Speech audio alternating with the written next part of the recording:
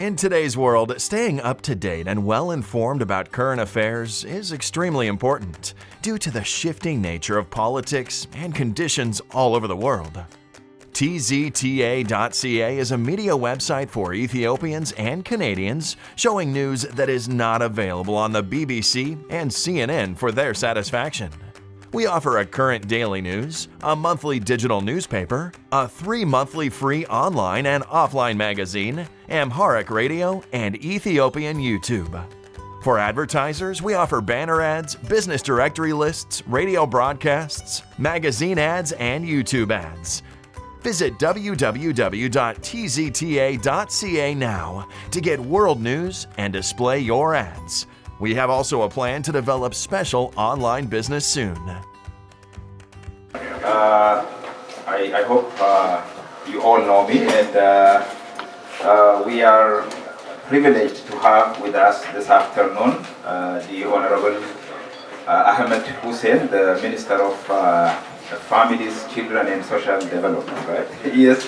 And Nathaniel Erskine Smith, Nate, he is the Member of Parliament for this area, for this constituency.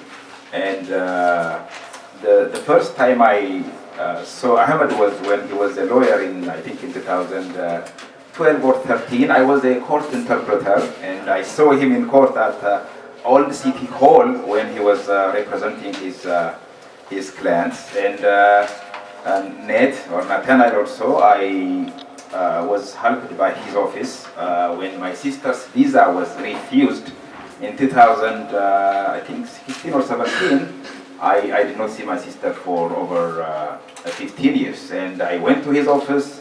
He wrote me a letter, and her visa was granted. And I would like you to give them a round of applause for the services they provide us. And I would like to. It was a short notice, and that's why you don't see many people. I don't know if this is the number is no, right. It's more than enough. Yeah. So I invite the chairperson of the community, Ato Alamayo, Mr. Alamayo, to say a few words to welcome our guests. Then I will give the mic to Nathaniel, and Nathaniel will introduce Ahmed. So that is the order of the business. But before that, also, I would like to recognize a couple of important individuals in our community. His Worship Ato Worko, please welcome him. Give him a round of applause. He's a Justice of the Peace in the Ontario Court of Justice. And again, His Worship Sisai Michael, another Justice of the Peace in the Ontario Court of Justice. So give them a round of applause. And the board members of the Ethiopian community are also with us. And again, thank you for coming this afternoon with a very short notice. And Atolamayo, this is the mic is yours. Thank you very much. First of all, on behalf of our association and board of directors, I would like to thank Your Excellency, Honorable Minister, Families, Children and Social Development, Mr. Ahmed Hussein, and as well as our local MP, Nathaniel, for your compassionate visit to this venue to discuss our concerns with regard to our association. It is estimated that some 50,000 people of Ethiopian origin live in this greater Toronto area and surrounding regions. This group of population depends only on this association, Ethiopian association, in the GTA and surrounding regions for several of its crucial services and human rights issues. This association is very much lacks the organization and capability to provide adequate services and handle challenging community problems. Established in 1980s, our association used to run several programs and diligently served the Ontario Society for many years. Those programs were quite useful to the diverse people living in Ontario. The following were programs that the association used to run: social services, immigration services, jobs and employment, youth development, senior services, language, AIDS program, and other issues as appropriate. Some of these programs are no more in existence because of budget constraints. Our association, being a member of the immigration community, coordinates and works with the Ministry of Immigration to process cases of refugees who come to Canada. Last year, we processed 13 cases, and this year, processing for 21 cases is underway. Several of our clients, refugees and other city dwellers, need support letters and legal advice from time to time, and the association tries to fulfill their requirements as much as possible. The association organizes events and important meetings in order to deliberate on crucial community issues or to prepare a special gathering. One of the most important events is Ethiopian Canadian Day, which is sort of a festival where national and cultural shows of Ethiopian heritage are displayed. The other one is the Adwa Victory Day. Various business organizations participate in these occasions. Various types of orientation seminars and training sessions take place from time to time for newcomers. Needy members of the community get support in social, legal, and employment matters. Senior members must get the necessary assistance in resolving health and other problems. Professional members must get proper guidelines and assistance as to how to prepare themselves in their field and enable them to find appropriate positions in their field of profession.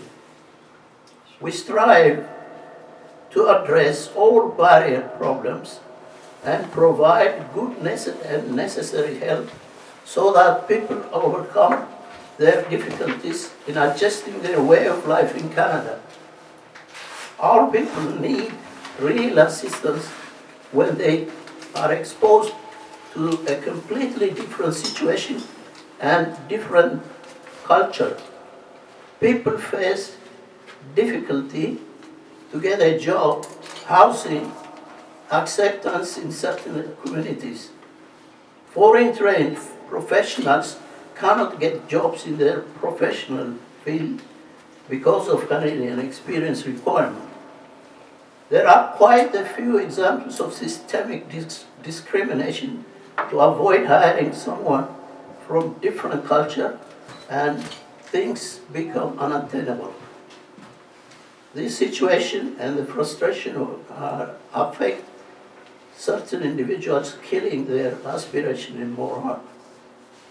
Your Excellencies, would like you to see our problems are very, very big, but I know you will be able to help us in some of our problems.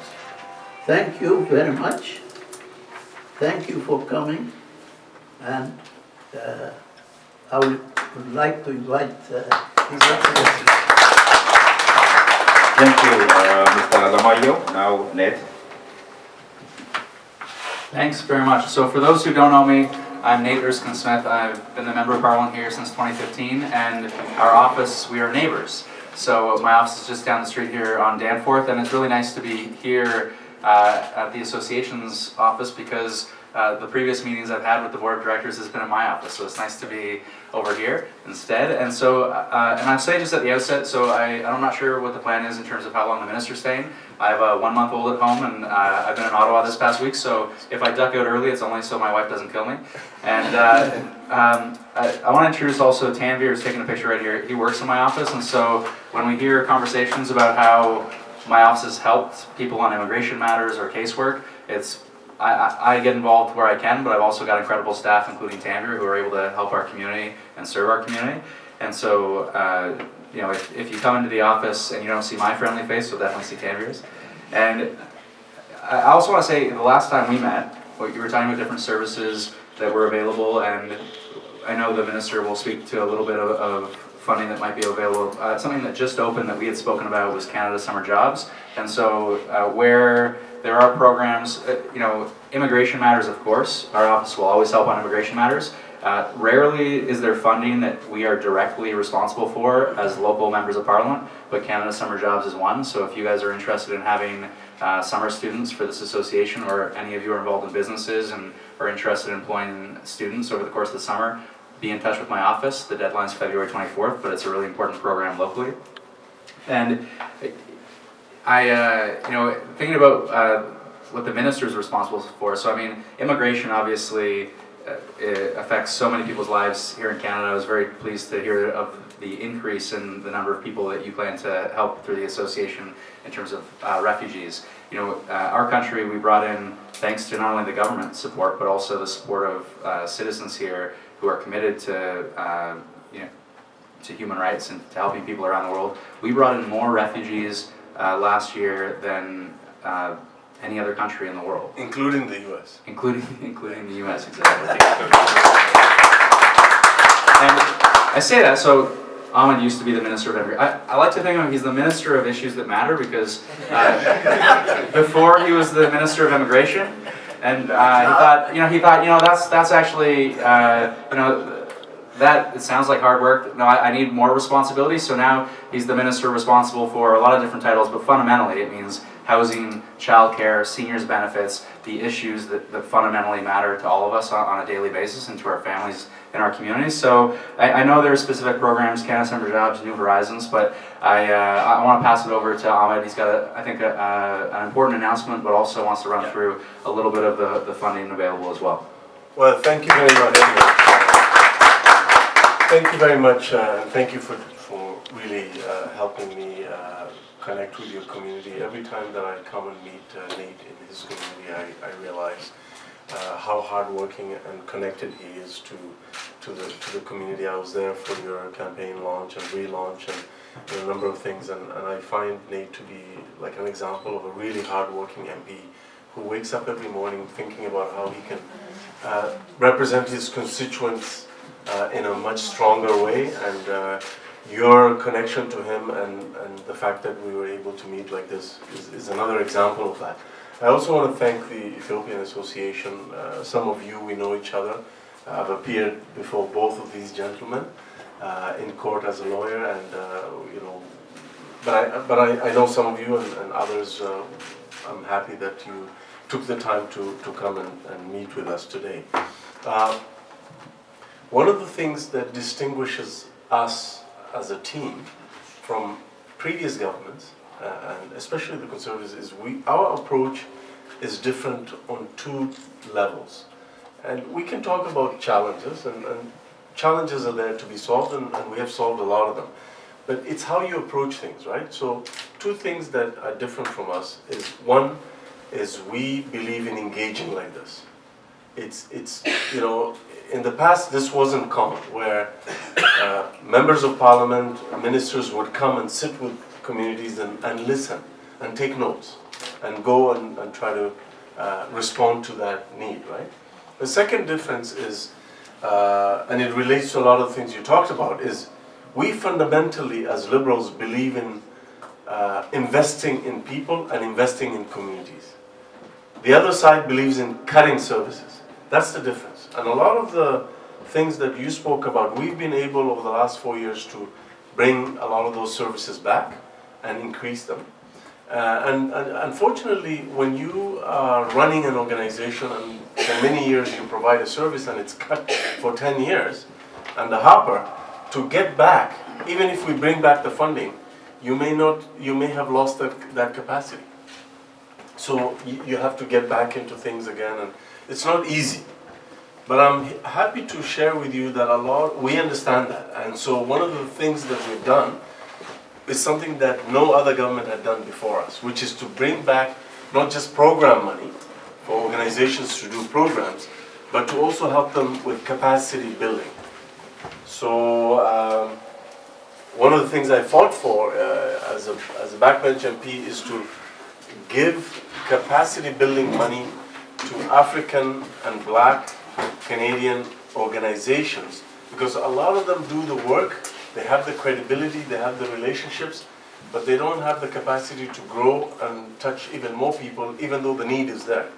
So in 2018, for the first time in Canadian history, we had a budget presented by our government where we had dedicated and named funding for African and Black Canadian organizations and communities. This is the first time that it ever happened. $25 million for services and capacity building for organizations like the Ethiopian Association. You can apply to that. You are eligible because it's dedicated to African and Black Canadian organizations. $9 million for Black youth. $45 million on a national anti-racism strategy. And that funding was again repeated in 2019. As Immigration Minister, one of the things I put together was a dedicated funding stream for visible minority newcomer women, racialized women who couldn't access the labor market. And again, we made sure that that money went to the smaller organizations that had never gotten money from the government. So not the big organizations that normally get that money. So again, please look into that. And I'm sure Nate and his office will be able to give you guidance on that. Finally, as a government, we stepped in when Doug Ford cut. In today's world, staying up to date and well informed about current affairs is extremely important due to the shifting nature of politics and conditions all over the world. tzta.ca is a media website for Ethiopians and Canadians showing news that is not available on the BBC and CNN for their satisfaction.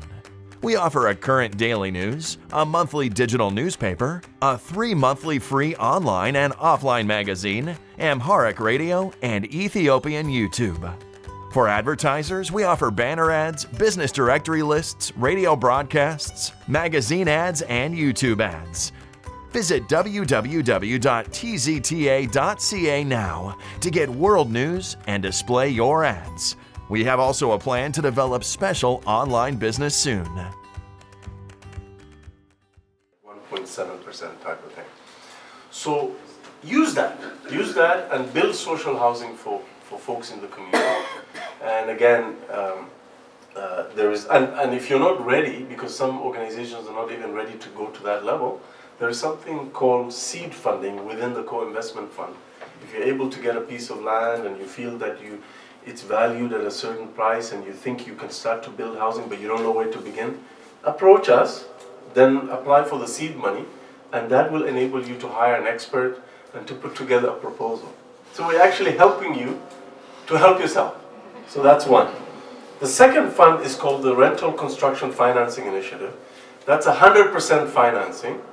If there's developers in the community or developers that you know outside of the community who are willing to build affordable rental units, the Government of Canada, through the National Housing Strategy, will fund the project 100% of the project. Again, but that's financing 100%, very low cost, much lower interest rates than the banks. The condition of the project is that a percentage of the units have to be affordable rent. The rest can be market. So some have to be deeply affordable, and it has to be accessible and energy efficient up to a certain point, and it has to be close to transit, like a subway or bus line and so on. Finally, I want to end by really, when you are talking about some of the challenges you're facing, don't think only about government, think about how you can have sustainable funding.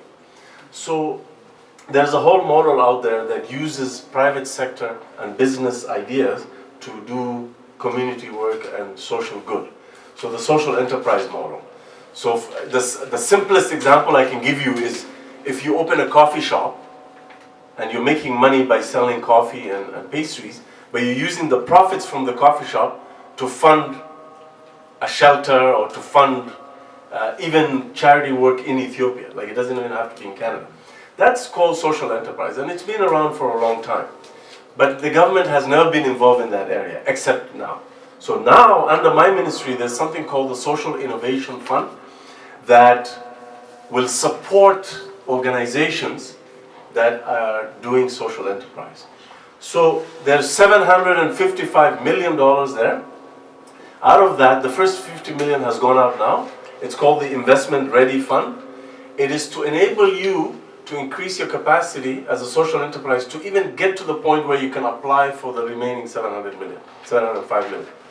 So that window is open now. Apply for that so that you can be ready for the big amounts. That's a really important fund. Last but not least, historically, I don't know if many of you are aware, we're both Africans. We share. We're neighbors. I was born in Somalia, in Mogadishu, in 1976, and I'm very proud to say that I'm among friends and brothers and sisters. And this is a wonderful country that we're in, whereby someone can come as an immigrant and become a justice of the peace, and run for office, become a member of parliament and a minister. And once I became a minister, I became, in Canadian history, the first minister in Canada to be from Africa. So that's a huge thing for the community, and I think we should celebrate that. In light of that, but it's not, I mean, that is a symbolic, something to celebrate, but it's also what do you do when you're there. So one of the things that I have tried to do is to really push for an awareness within our government for the importance of building a much more strategic and different relationship with Africa. So yes, continuing with developmental assistance, but also moving towards trade and investment. And really thinking about Africa as a partner. We need Africa. Africa's population will go from just over 1 billion to 2 billion by 2050. That's not a long time away. And as immigration minister, one of the things I'm really proud to have done is I built up the African network again. And I made sure that as we improved as a government, we improved the global network that we had to improve the processing times for visitors, students, refugees, and family reunification. But I made sure that when we did that for the whole world, that Africa was not forgotten. And now visas from Africa and students and so on, I mean, there's still challenges, but it's much faster than before. And that's what representation does. When you have someone at the table who understands the challenges of the community, they can represent you. But the other thing is to really enable our government to connect more with Africa. And I'm happy to say that the government is listening. So just an hour ago, I found out that something that we had been pushing for a long time is happening. The Prime Minister with a big delegation is going to Africa, and the first country he's starting with is Ethiopia. Yeah. So I will be going to Addis Ababa with him and Senegal after. But I just wanted to share that with you. And he's going there, yes, for the AU summit, but he's also going to be talking about trade. He'll be talking about investment. He'll be talking about more people-to-people ties, students, educational exchanges, science collaboration, skills development, all that. So this is a really different approach from what we used to have before. We had a government that really turned their backs on Africa for 10 years. So just like we complain when things are bad, I think we should celebrate when things are going in the right direction. So I leave it at that, and I want to really, really thank you for welcoming Nathaniel and I to your wonderful.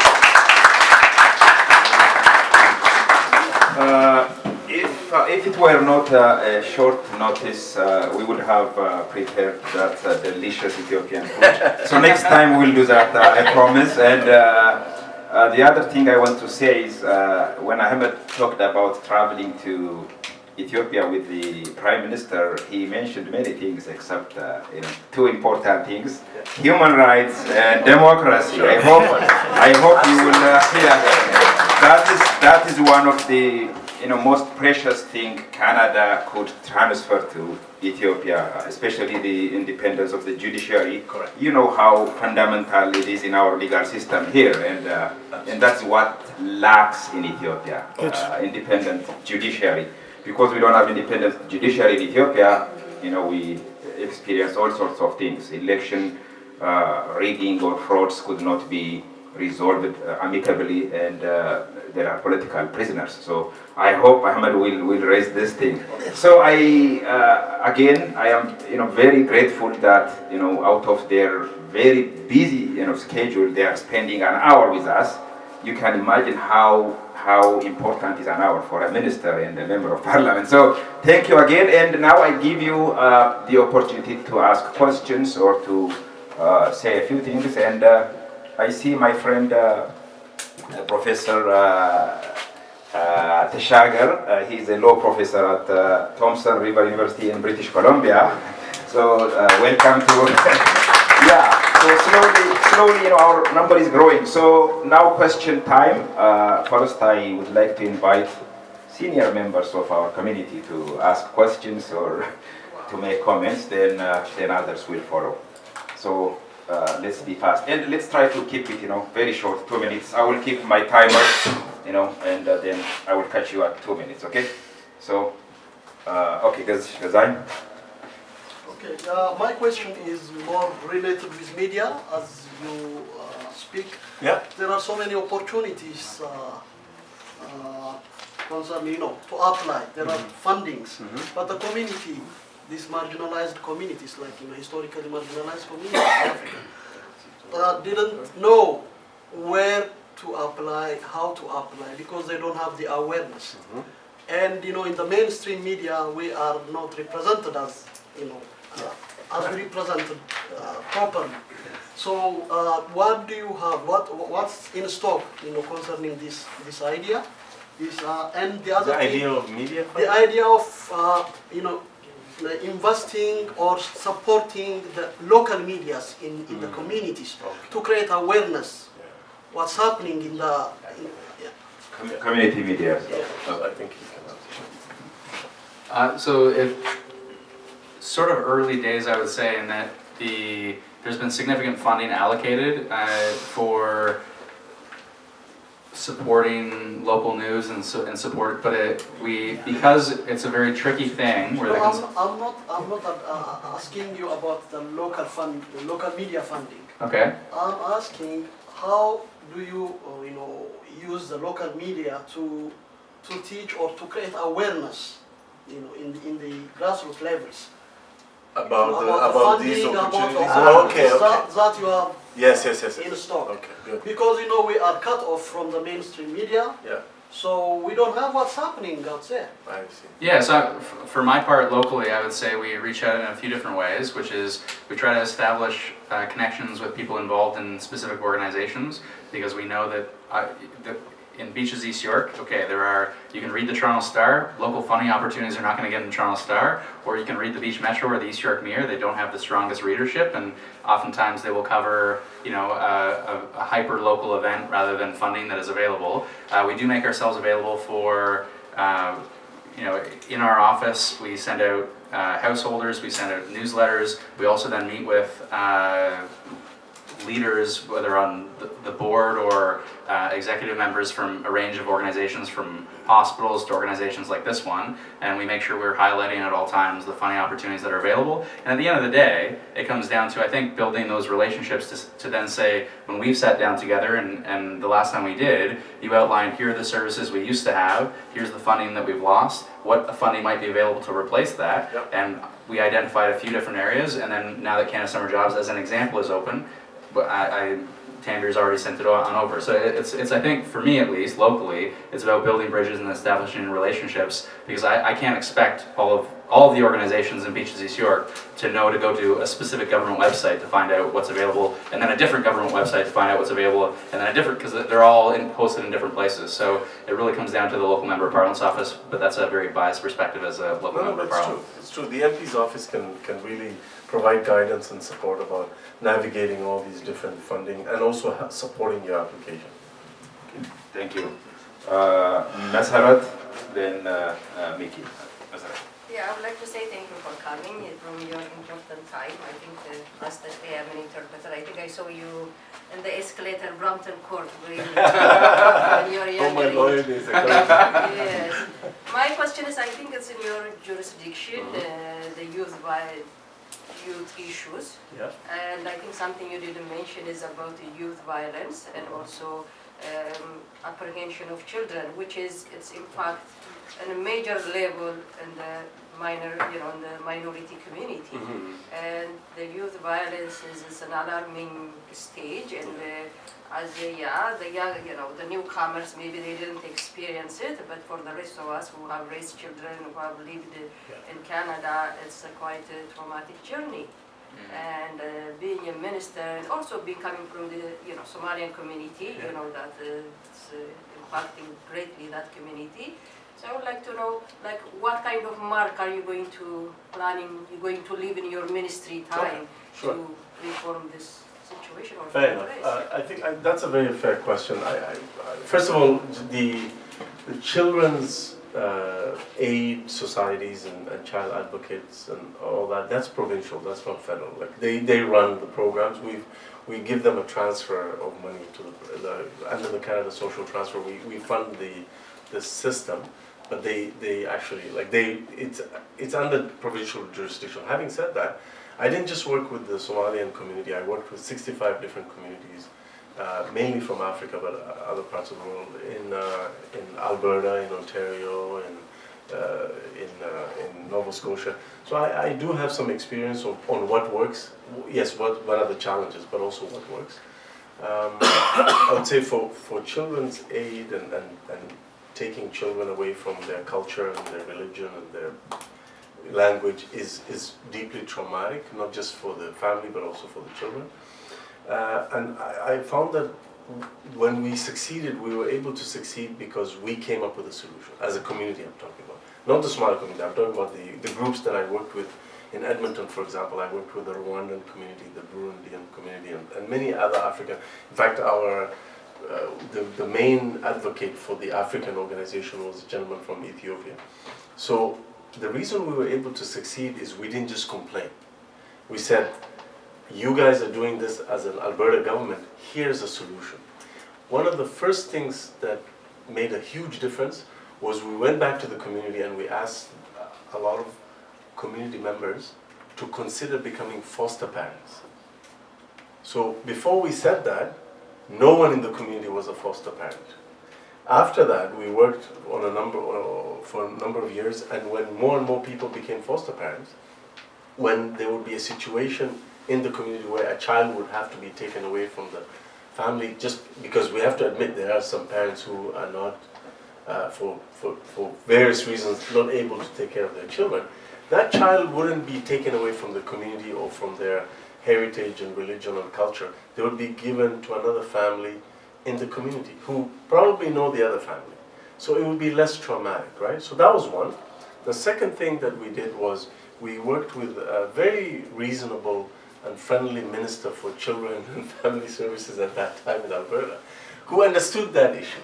And he changed the policies over here to say, from now on, he directed his officials to say, if you're going to take a child from a community, make sure that you first try to find a home in that community for that child before you look outside.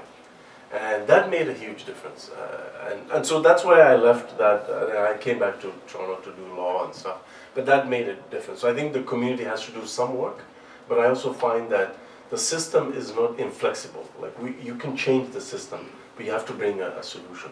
On the law and order stuff, I mean, the gun violence, I can talk about it a little bit more, but I think it's the same. We have the same idea. I thought about this quite a lot, but coming at it from a slightly different perspective initially, but then arriving just at how do we address youth violence, which is we had a shooting on the Danforth, and there was a woman in our community who was a member of our Young Liberals, and she was a volunteer with us, and her name was Reese Fallon, and she was killed. And I sat down with any number of criminologists, and it ends up that you can talk tough sort of guns and gangs, you can talk tough law and order, but long-term investments in communities and long-term investments in youth programming. If you took, the experts I was speaking to at U of T were like, we know what the evidence is. We need more money in our communities to address the social determinants of health. We need more money to address poverty. We need to give young people better opportunities and better education. And we need more money. And so to that end, in the platform, and I think what we realized, if not in this, I think what we realized in this budget, there was more dollars for before and after school programming. There was a $500 million increase for before and after school program, which is a drop in the bucket in some ways, but it starts to move us into provincial jurisdiction a little bit, but starts to move us into how do we help provide more dollars for young people and programs. We also saw a little bit of money from the guns and gangs. It was like $350 million over, I forget how many years, and we saw too much of that money, in my view, go to cops, but we saw some of that money, at least for the first time, start to go to community programming in partnership with the City of Toronto. And I delivered this in the last budget submission that I gave to Minister Morneau, which is to say if we care about talking about gun violence, and it was the top 3 issues on our platform, but if we care about addressing gun violence, it can't just be talking about guns. If we care about tackling violence that young people in our communities are involved in, it can't just be talking about law and order. We've got to actually provide long-term investments and stable investments. And so I hope we see more of that going forward. The trouble in Ahmed's office a little bit is that he's locked into streams of funding. So there's funding for the Canada Child Benefit. It's a lot. It's $25 billion a year. He's locked into guaranteed income supplement and old age security for seniors. That's $55 billion a year. Even the National Housing Strategy funds are largely locked in. So for me, it's about working, yes, Ahmed's office, but getting the finance minister to step up with new dollars that then Ahmed can actually help deliver.